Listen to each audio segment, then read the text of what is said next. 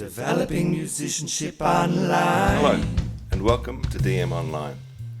Last session we looked at some of the basics of compression and how to set up your Logic Pro so that you can test your compression before you commit to it. Today I'm going to dig a little bit deeper onto how to gain the various effects and to know and understand what your compressor is doing before you test it.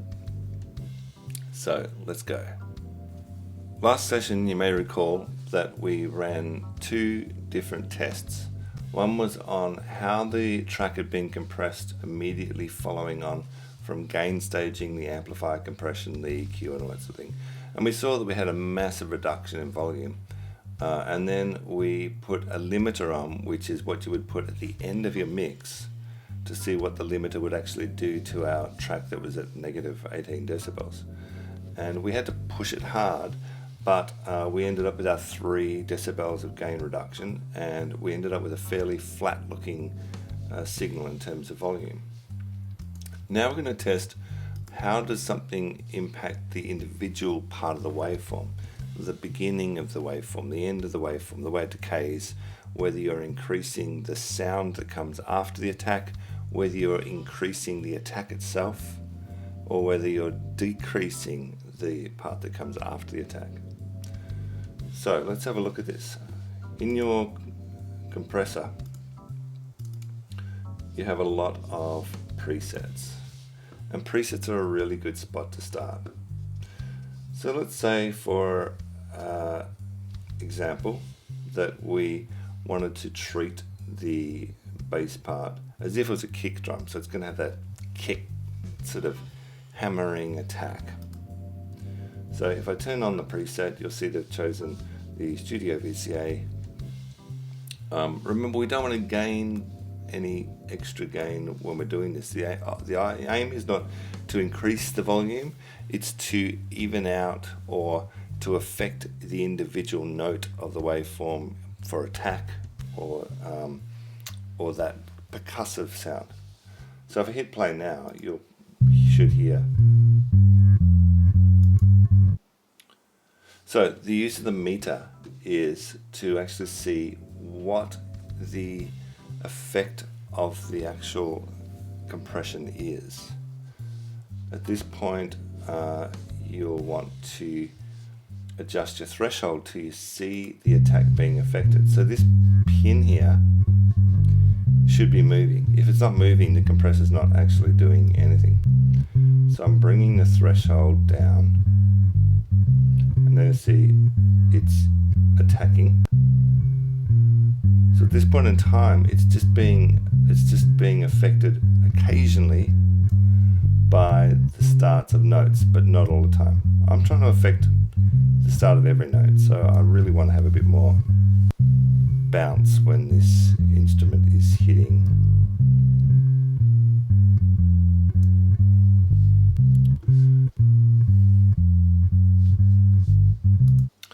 Now, the graph represents the amount of output, and you'll see I've gained a lot of output. And you'll also see that it represents what the waveform is going to look like after we've applied our compression. But it's a little bit hard to actually tell from that, unless we run a test the way we're going to run our test. So the ratio is going to have an implication on how much this affects the attack. This graph, if you recall from our previous session, shows where that compression is going to cut in. So this negative 24 is that point there in the knee. Now, this particular compressor does not allow you to adjust the knee. It's going to always have that quite abrasive cut in to the signal. The other compressor, the Platinum Digital, allows you to smooth out that knee so that the effect is not so in the face. Now, the other thing to be aware of is the attack and release. So the attack is how long it's going to take for the compressor to start operating after it reaches the threshold, and the release is the opposite, how long it's going to take to stop compressing. So So, best way to see what's going on is to run our test the way we did in the last session. So let's go.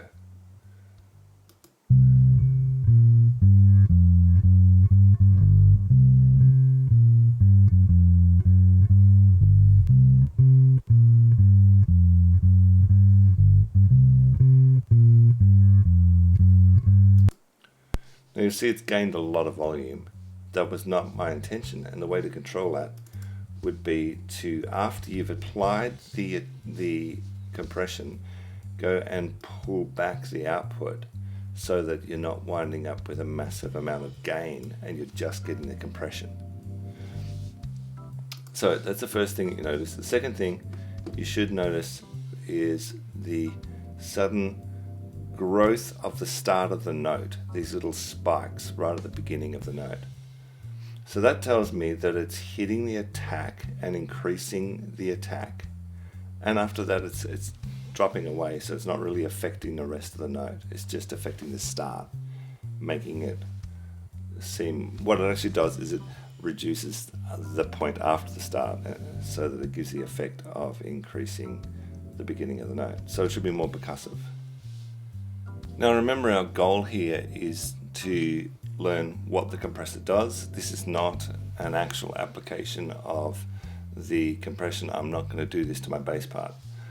In fact, I intentionally left the compression quite minimal for this bass part because I want it to sound natural. The more compression you add, the less natural it sounds. However, that's why we use parallel compression, which I was going to get onto after this. But we're just going to do one more test.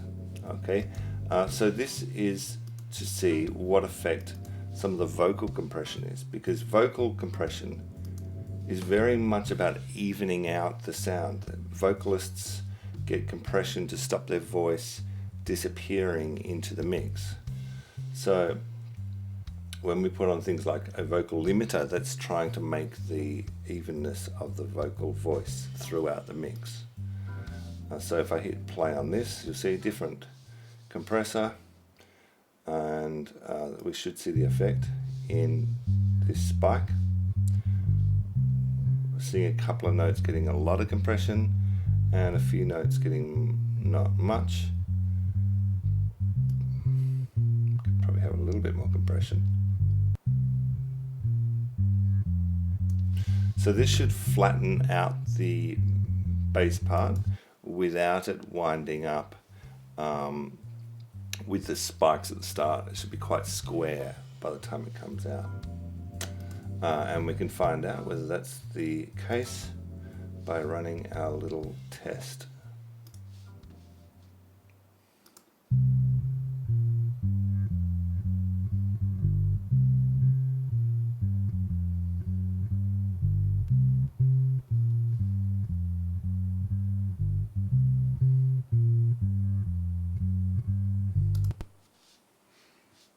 Okay, so we haven't had a lot of volume change there, but you see, compared to the percussive one, we're not getting these big spikes right at the start of our note. It's much more even across the whole note, and that's what they try to achieve with vocalists, is an evenness rather than focusing on attack or on the way in which the sound diminishes.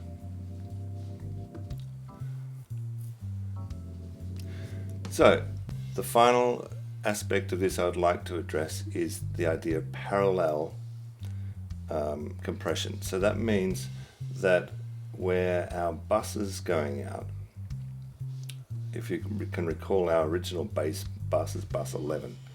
I've got this going out to bus 14. So what I'm going to do is I'm going to take that bus 14 recording channel out of there for a second.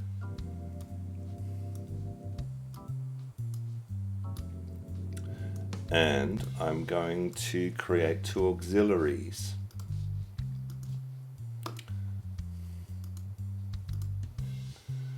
Now these auxiliaries will receive the signal from bus 14 and they will deliver it back to the bus that takes our bass signal out to the stereo. So that's bus 11. And the idea is that I've got one channel of completely dry signal and the other channel of the compressed signal. So I'm going to take my compressor away from my amp, from my bass channel, and put it into one of those two channels. And I'm again going to go back to that kick drum because it was quite extreme. And I'm going to make sure that I'm getting lots of compression.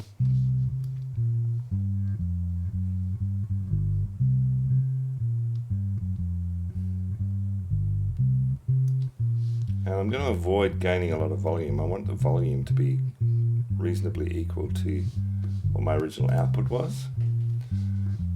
Okay, so I'm going to turn these up to be equal. So now I've got my signal that was my original bass signal going out to two channels. One of those channels has compression, the other channel does not. And then I'm going to mix together the compressed and the non-compressed to get the effect I'm looking for. So right now, if I turn down the second, which is bass compressed, and then bass dry on the first. So this is just the dry signal by itself. Let's just double check I've got everything going out to the right spot. Yes.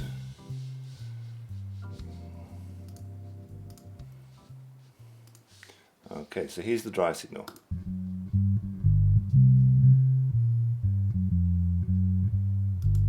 And here is the compressed signal.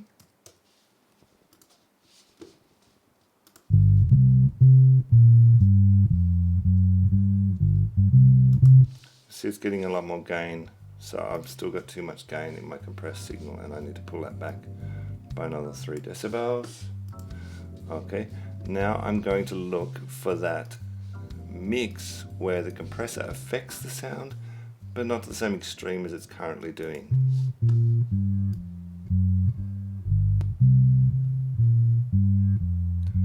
So here's got a little bit more attack, but it's not totally obvious that I've compressed it substantially. Okay, so now I'm getting a slightly cleaner start to my note than I was before, and that might be the effect I'm going for. So, there is lots of different techniques and lots of different purposes to compression, and I would say there's no right and wrong way. There's a lot of opinions on what is right and what is wrong. I'm showing you one technique which I'm familiar with and which I would use occasionally. This technique of parallel compression, I tend to use it on drums, so that because it's good to send a dry signal of drums through the system, so you still get the timbres of a real drum kit, and then you compress to give you a slightly more processed signal, but you balance it so the natural and the processed come together. You can do this also with graphic equalizers, where you process really strongly a particular frequency and then you mix that frequency in with the original signal, so you still have some resemblance of the natural sound.